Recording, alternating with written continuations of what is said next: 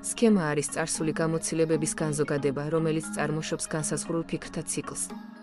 მაგალითად, რესტორანში წასვლაზე ფიქრისას ჩვენს ყველას გონებაში კონკრეტული ოპერაციები მიმდინარეობს.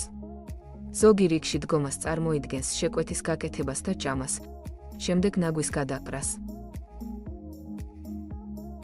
სხვები წარმოიდგენენ მიპატიჟებას, შეკვეთის გაკეთებას, ყველაფრის გაზიარებას ერთმანეთისათვის და შემდეგ გადახდას, კარგი გასამრჯელოს დატოვებას.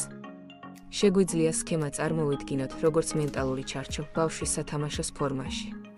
რაც უკვე კარგად გვესმის, მაგალითად სამკუთხედი ჩვენს ტვინში დაბრკოლების გარეშე შედის. როცა ახალი ინფორმაცია იმას გავს, რაც უკვე ვიცით, მაგალითად ავიღოთ მართკუთხედი, მას შეუძლია ჩვენს ტვინში შეაღწიოს სიმულაციის გზით. ისეთი სრულიად ახალი ინფორმაციისთვის, როგორიცაა ვარსკვლავი, ეს გზა არ მუშაობს. ამ შემთხვევაში განსახლებაა საჭირო, რაც თავად სქემის ცვლილებასაც მოიცავს. ასიმილაცია ახალი ინფორმაციის შესაქმნელად წარმართული კოგნიტური პროცესია, რათა ახალი ინფორმაცია მოერგოს გონებაში უკვე არსებულ ინფორმაციას სამყაროს შესახებ. ეს მაშინ მუშაობს, თუ ისინი შესაბამისობაში არიან. ახალი ინფორმაციის მისაღებად ჩვენ მას არსებულ ინფორმაციას ვარიგებთ. როდესაც ახალი ინფორმაცია განსაკუთრებულად უნიკალურია, რომ ჩვენს არსებულ სქემას არანაირად ერგება, მაშინ განსახლება გვჭირდება. სხვა სიტყვებით რომ ვთქვათ, რაღაც სრულიად ახლის გასაგებად საკუთარი ტვინის სივრცის ხელახალი მოწყობა გვჭირდება. უბრალოდ წარმოიდგინეთ დალტონიკად, რომ დაბადებულიყავით. ვერც ერთი კარგი წიგნი ან საუკეთესო მასწავლებელი ვერ აგიხსნიდათ წითელს ნამდვილად გასაგებად. თქვენ ის უნდა გამოცადოთ, რომ განასახლოთ ეს იდეა. ფრედრიკ ბარლეტმა გვიჩვენა, არაცნობიერი როგორც ვის ჩვენს აღქმასა და მახსოვრობას. რასაც მოჩვენებათა ომის ექსპერიმენტი ეწოდება. მან ამისათვის თავის ბრიტანელ სტუდენტებს წაუკითხა ხალხური ზღაპარი ჩინუკების ტომიდან.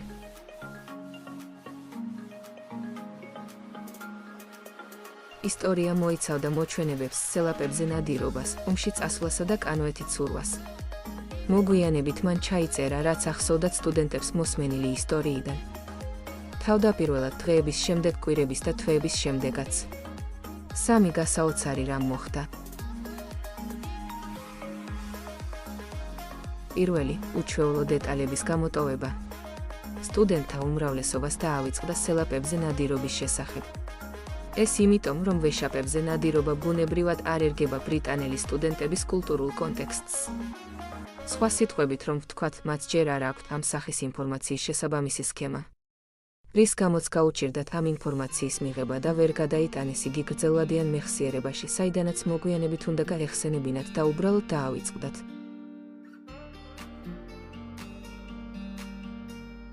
ფრედრიკი ამტკიცებდა, რომ ფსიქოლოგიურად ჩვენ მხოლოდ წარმოვიდგენთ იმას, რაც ჩვენს სქემასთან არ არის შესაბამისობაში. მეორე, უცხო რამეების ნაცნობთან დაკავშირება. იმ სტუდენტების რაღაც ნაწილს, ვინც გაიხსენა ნადირობის მონაკვეთი, ნელ-ნელა ეს აქტივობა დაამახსოვრდათ, როგორც თევზაობა. კანოე, რომელიც დატვირთული იყო იარაღებით, დაიმახსოვრეს როგორც საცურაო ნავი.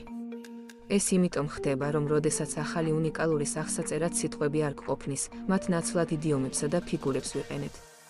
სხვა სიტყვებით რომ ვთქვათ, სქემაში უცნობ სცენებს გადავცემთ ცნობილი ჩარჩოების მეშვეობით.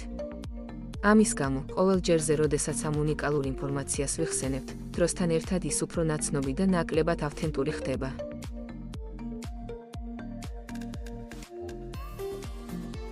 მესამე, არალოგიკურის რაციონალიზაციას ზუსტად მას შემდეგ, რაც ისტორია მოყვეს სტუდენტებმა ის აღიქვეს, როგორც უცნაური და რამდენიმე კვირის შემდეგ მათი რაღაც ნაწილისთვის ზღაპარმა მეტი აზრი შეიძინა.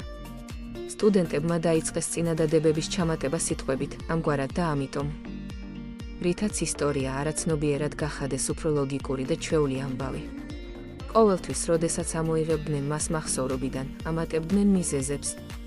ჩინუკები არათუ სელაპებზე სანადიროდ ან ომში წავიდნენ მათი კანოეთი, არამედ ნავი აიღეს რომ ეთევზავათ. ბალტრელმა აღნიშნა, რომ ყოველთვის როცა სტუდენტებს თხოვდა ისტორიის გახსენებას, იგი ოდნავ იცვლებოდა. რაც იმას ნიშნავს, რომ ხანგრძლივი მეხსიერება არც ფიქსირებულია, არც უცვლელი. არამედ მუდმივ მორგებაშია, რაც ეგზისტენციალების ხედვას ამყარებს იმის შესახებ, რომ ადამიანები წარსულს აშენებენ მორგების მუდმივი პროცესებით. სხვა სიტყვებით რომ ვთქვათ, უმეტესობა იმისა, რაც ვიცით, რაციონალიზებულია საკუთარი ხედვიდან, რაც გვაფიქრებინებს, რომ ცხოვრება თანმიმდევრული შემთხვევებისაგან შედგება. ჟან პიაჟე, ვინც ჩამოაყალიბა ტერმინი, ამტკიცებდა, რომ ჩვენ საკუთარ გამოცდილებას ვაშენებთ სქემაში, რათა სამყაროს შინაარსი გავიგოთ.